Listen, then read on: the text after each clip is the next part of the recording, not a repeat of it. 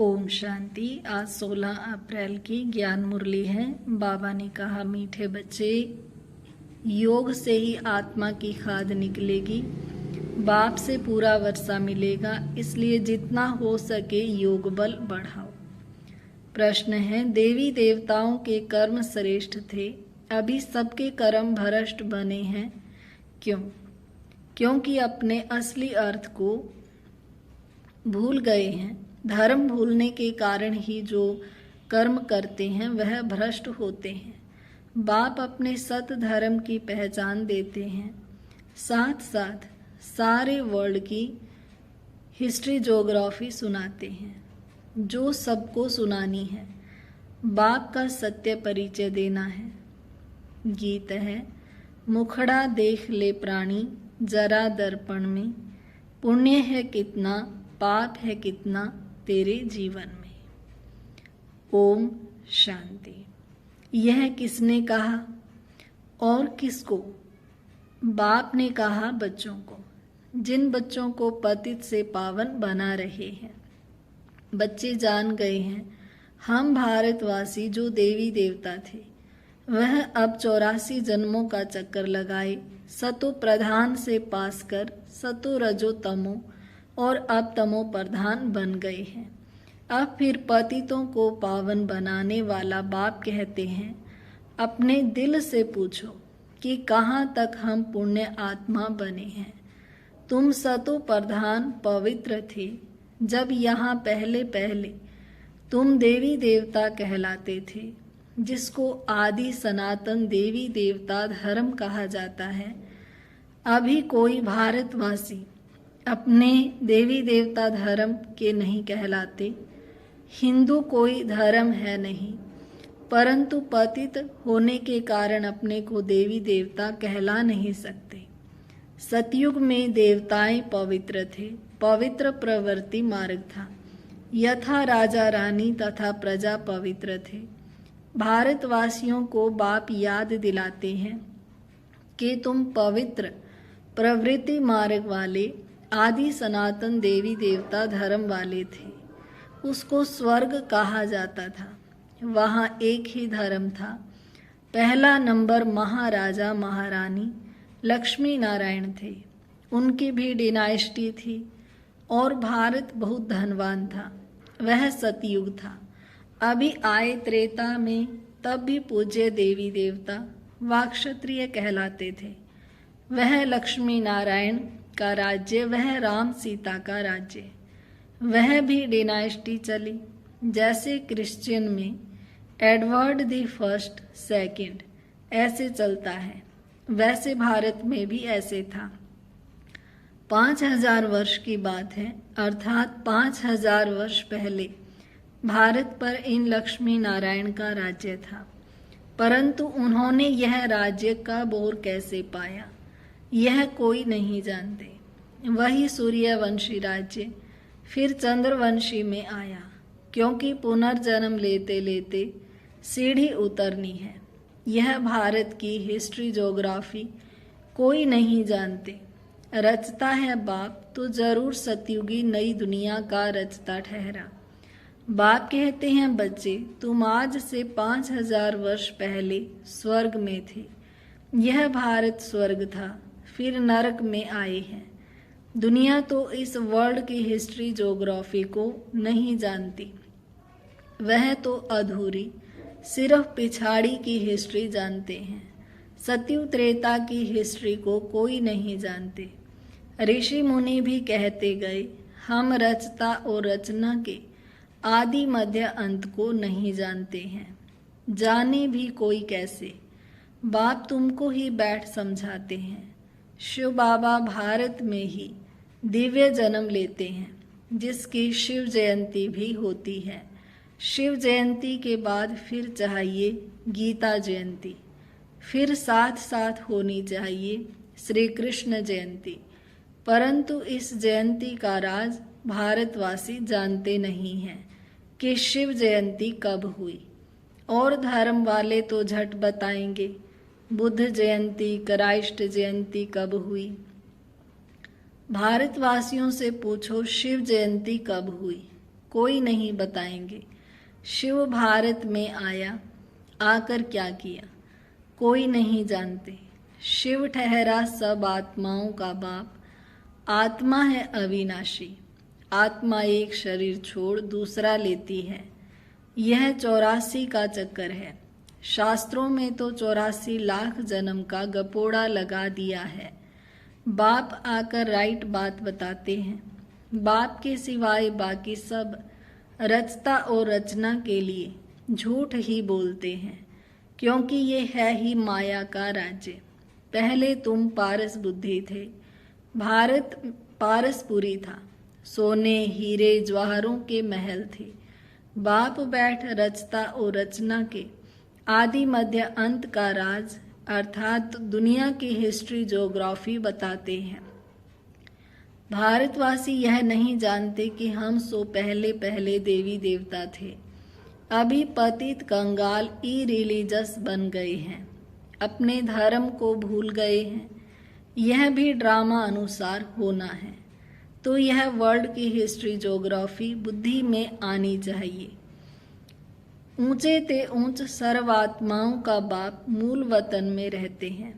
फिर है सूक्ष्म वतन, यह है स्थूल वतन। सूक्ष्म वतन में सिर्फ ब्रह्मा विष्णु शंकर रहते हैं, उनकी दूसरी कोई हिस्ट्री ज्योग्राफी नहीं है। यह 3 तबके हैं। गॉड इज वन, उनकी रचना भी एक है, जो चक्र फिरता रहता है। सतयुग से त्रेता, फिर द्वापर कलयुग में आना पड़े। 84 जन्मों का हिसाब चाहिए ना, जो कोई भी नहीं जानते हैं, न कोई शास्त्र में है। 84 जन्मों का पार्ट तुम बच्चे ही बजाते हो। बाप तो इस चक्कर में नहीं आते हैं, बच्चे ही पावन से पतित बन जाते हैं, इसलिए चिल्लाते हैं, बाबा आकर हमको फिर से पावन बनाओ। एक को ही सब पुकारते हैं। रावण राज्य में जो सब दुखी हो पड़े हैं, उनको आकर लिबरेट करो, फिर राम राज्य में ले जाओ।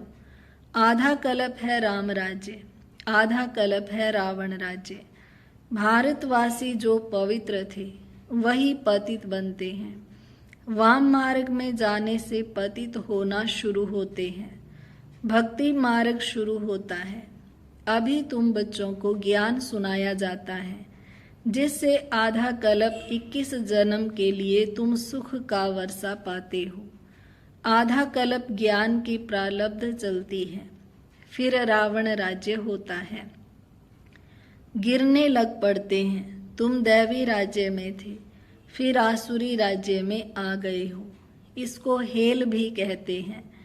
तुम हेविन में थे, फिर 84 जन्म पास कर हेल में आकर पड़े हो। वह था सुख धाम, यह है दुख धाम। 100% इंसॉल्वेंट। 84 जन्मों का चक्कर लगाते वही भारतवासी पूज्य से पुजारी बन गए हैं। इसको ही वर्ल्ड की हिस्ट्री ज्योग्राफी कहा जाता है। यह है सारा तुम भारतवासियों का चक्कर। और धर्म वाले तो 84 जन्म नहीं लेते हैं, वह सतयुग में होते ही नहीं। सतयुग त्रेता में सिर्फ भारत ही था। सूर्यवंशी, चंद्रवंशी, फिर वैश्यवंशी, शूद्रवंशी। अभी फिर तुम आकर ब्राह्मण वंशी बने हो, देवता वंशी बनने के लिए। यह है भारत के वर्ण। अभी तुम ब्राह्मण बनने से शिव बाबा से वर्षा ले रहे हो। बाप तुमको पढ़ा रहे हैं। 5000 वर्ष पहले मुआफिक, कल्प कल्प तुम पावन बन फिर पतित बनते हो। सुख धाम में जाकर फिर दुख धाम में आते हो। फिर शांति धाम में जाना है, जिसको निराकारी दुनिया कहा जाता है।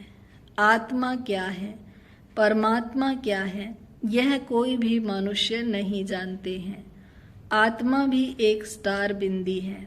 कहते हैं भरकुटी के बीच में सितारा चमकता है, छोटी सी बिंदी है, जिसको दिव्य दृष्टि से देखा जा सकता है। वास्तव में स्टार भी नहीं कहा जाएगा, स्टार तो बहुत बड़ा है, सिर्फ दूर होने के कारण छोटा दिखाई पड़ता है। यह सिर्फ एक मिसाल दिया जाता है। आत्मा इतनी छोटी है जैसे ऊपर में स्टार छोटा दिखाई पड़ता है। बाप की आत्मा भी एक बिंदी मिसल है। उनको सुप्रीम आत्मा कहा जाता है। उनकी महिमा अलग है। मनुष्य सृष्टि का चैतन्य बीज रूप होने के कारण उनमें सारा ज्ञान है। तुम्हारी आत्मा को भी अभी नॉलेज मिल रही है। आत्मा ही नॉलेज ग्रहण कर रही है।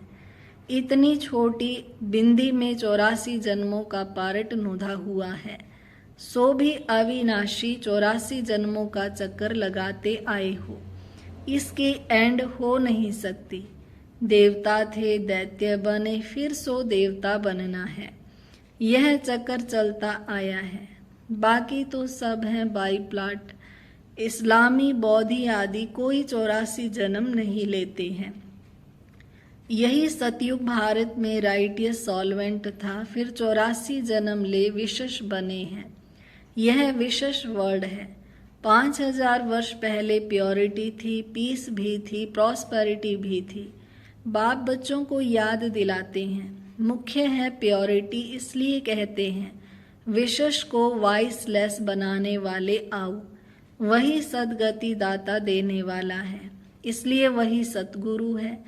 अभी तुम बाप द्वारा बैगर टू प्रिंस बन रहे हो, अथवा नर से नारायण, नारी से लक्ष्मी बनते हो।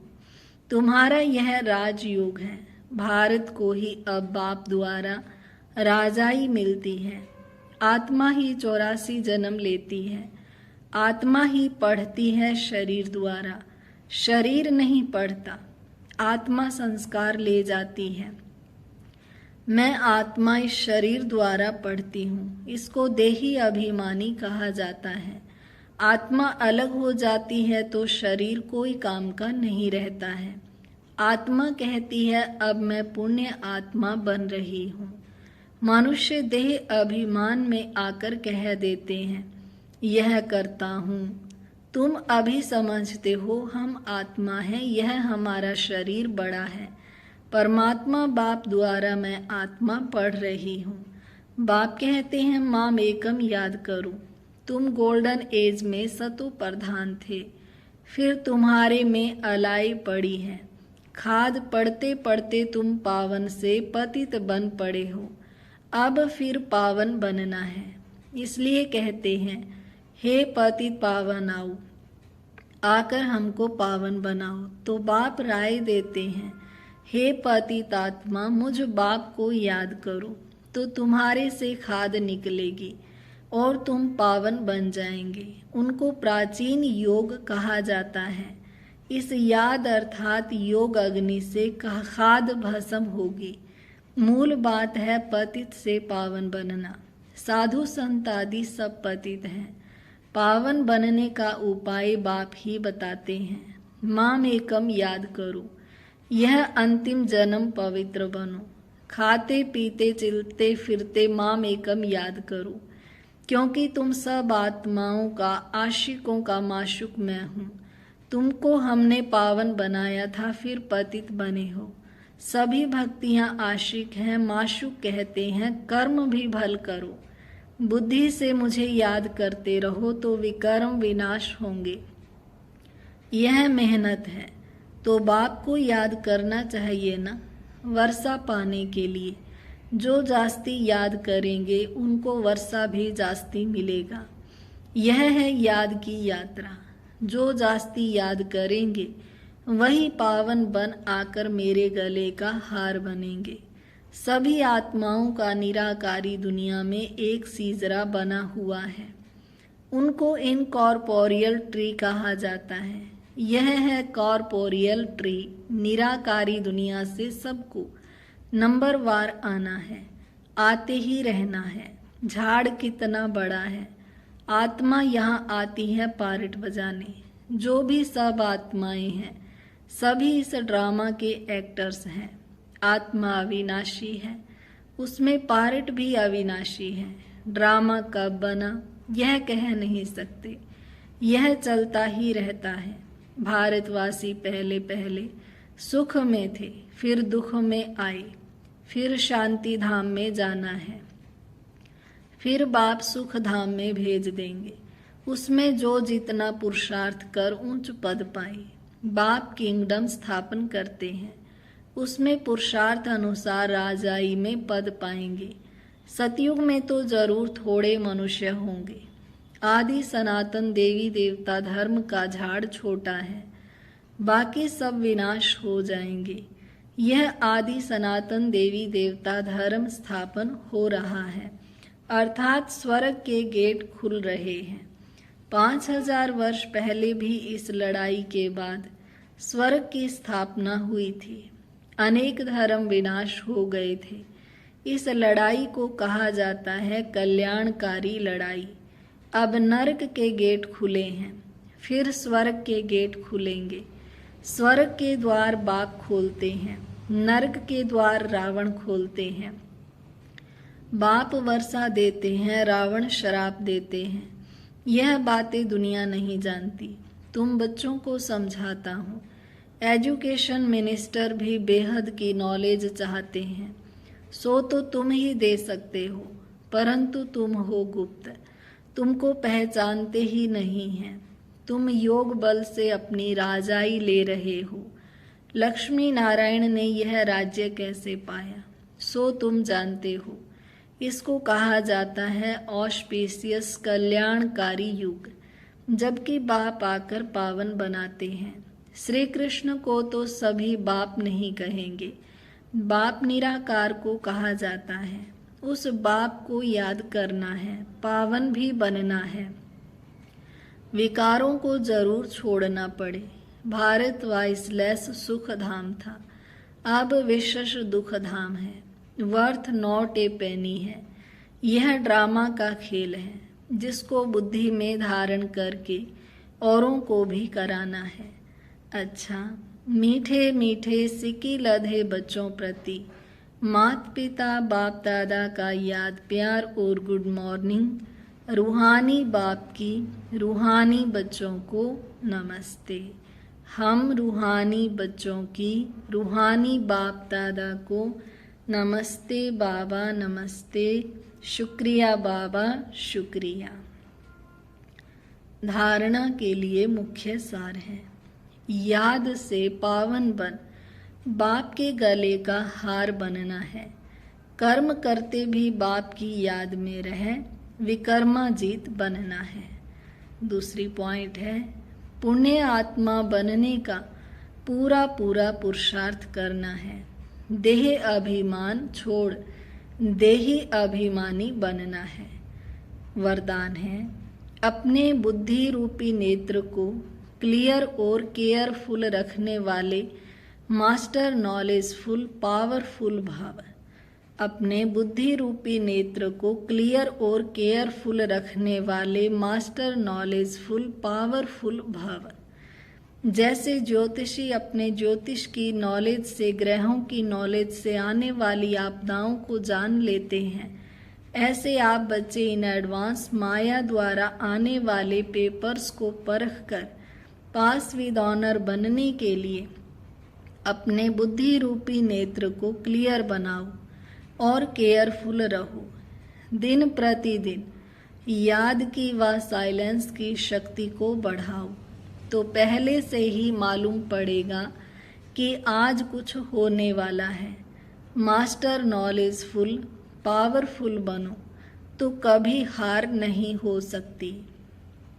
स्लोगन है, पवित्रता ही नवीनता है और यही ज्ञान का फाउंडेशन है। पवित्रता ही नवीनता है और यही ज्ञान का फाउंडेशन है। ये अव्यक्त इशारे महान बनने के लिए मधुरता और नम्रता का गुण धारण करो। महान बनने के लिए मधुरता और नम्रता का गुण धारण करो। आप बच्चों की चलन में मधुरता और मनसा में बेहद की वैराग्य वृत्ति हो, दोनों समृद्धि रहे तो पास विद ऑनर्स बन जाएंगे।